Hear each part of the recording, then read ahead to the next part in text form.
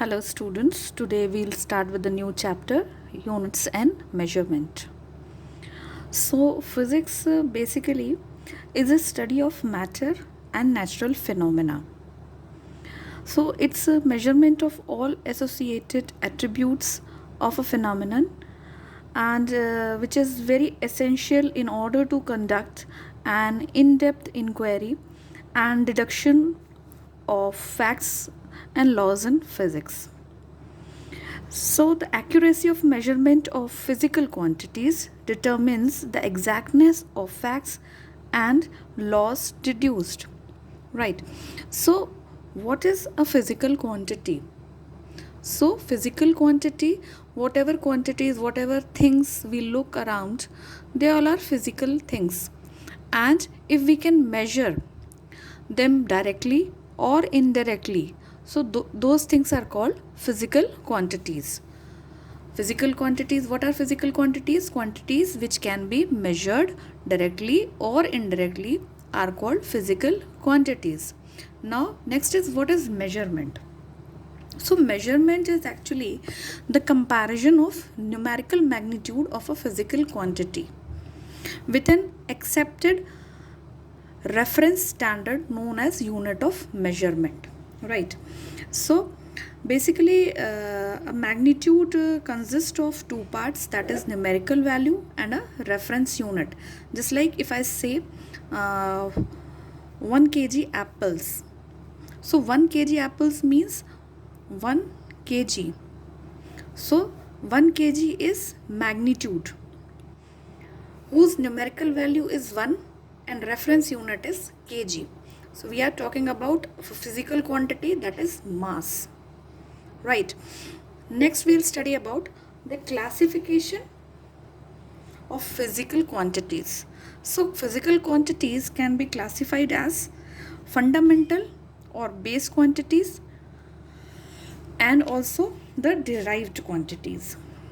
Okay. So what are fundamental or the base quantities? So the fundamental quantities which can be expressed or defined and measured independently without involving other quantities are called fundamental quantities. Just like if we wish to measure mass of any object, so we can directly measure the mass of an object using a physical balance, right? We need not any formula or any other thing to measure mass, right? We can measure time using a watch, so we can directly find out the value of these physical quantities. Okay, but there are certain values or there are certain physical things which we cannot measure directly. Those are called derived physical quantities. So again, fundamental or base quantities, these quantities which can be expressed, defined and measured independently without involving other quantities are called fundamental quantities. And there are 7 fundamental quantities. They are mass, length, time, temperature, electric current, luminous intensity and amount of substance. So these are 7 fundamental or base quantities. Derived quantities, the quantities which can be expressed in terms of the fundamental quantities. We need fundamental quantities to express the derived quantities. Okay, so are called derived quantities. Such quantities thus depend upon a combination of the base quantities. For examples, we talk about speed, acceleration. Speed, you all know, speed is distance upon time.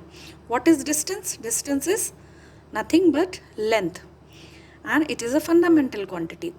And time is also a fundamental quantity. So we are expressing speed in terms of 2 fundamental quantities. They are length and time.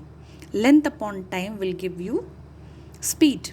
Similarly, acceleration, momentum, force, work, power, etc. These all are derived quantities. Okay. Next is when we are expressing any physical quantity, may it be a fundamental quantity or may it be a derived quantity, we require a system of units. So system of unit, what it is? A complete set of both base units and derived unit is known as system of units. Next we'll study about the international system of unit.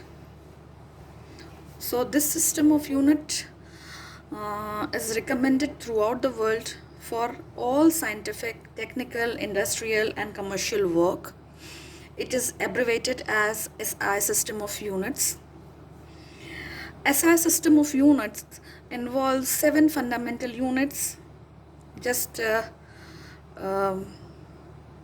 fundamental system of units of basic or fundamental physical quantities. All other physical quantities measured in physics are derived or obtained from the physical quantities. Look at this. Unit of speed will be equal to unit of distance upon unit of time. What is unit of distance? Unit of distance is meter. Unit of time is second. So meter per second is the unit of speed. Right. Next we'll study about the SI unit of fundamental or basic physical quantities. So first physical quantity is mass. Its SI unit is kilogram and the symbol for the unit is kg. Second physical quantity is length. Its SI unit is meter and symbol used is m. Third physical quantity is time. Unit is second. Symbol is small s. Next is temperature. SI unit is Kelvin and symbol is capital K. Next is electric current. SI unit is ampere. Symbol is capital A.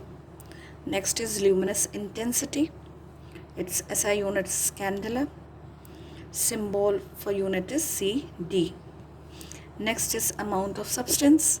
Its SI unit is mole and symbol is MOL.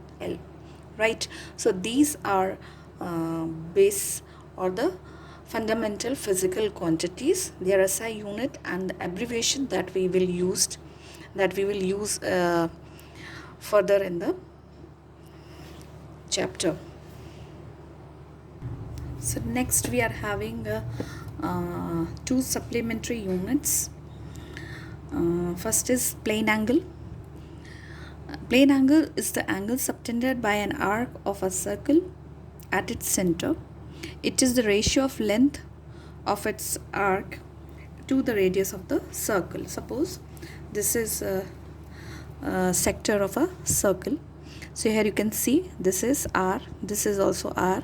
This is a very small angle. Small angle we represent as d theta.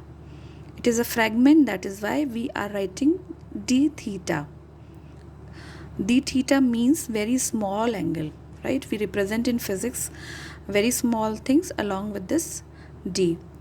Okay, now this is radius and ds. ds is the length of the arc. It is a part of the arc, so we are writing it as ds. So plane angle is equals to length of the arc upon radius of the arc.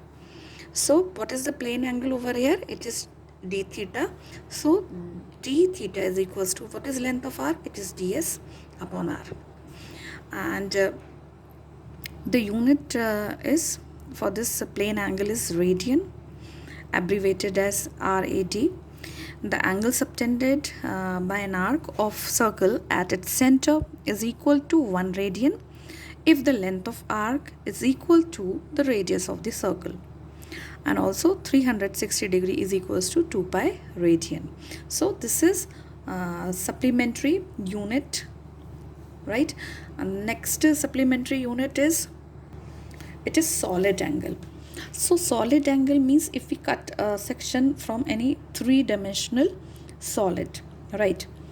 So it is defined as the ratio of the area of spherical surface. This is the spherical surface. intercepted about its center to the square of its radius. Okay, so here you can see this is a section of a spherical body, and this is the curved surface, and it is cut in such a way that it is intercepted in such a way that these intercepts all join at a center. So solid angle, this is denoted by d omega. This is the solid angle denoted by d omega. It is equal to the area intercepted at the center of the sphere. So area intercepted at the center of the sphere is dA, and the square of radius of the sphere, it is r square. So this is another supplementary unit. Next we'll study about the system of units. So system of units we have, other than SI system, we have Cgs system. You all know this, you would have used in your previous classes also. Cgs system, centimeter gram second. MKS is meter, kg second. FPS is foot pound and second. So these are some system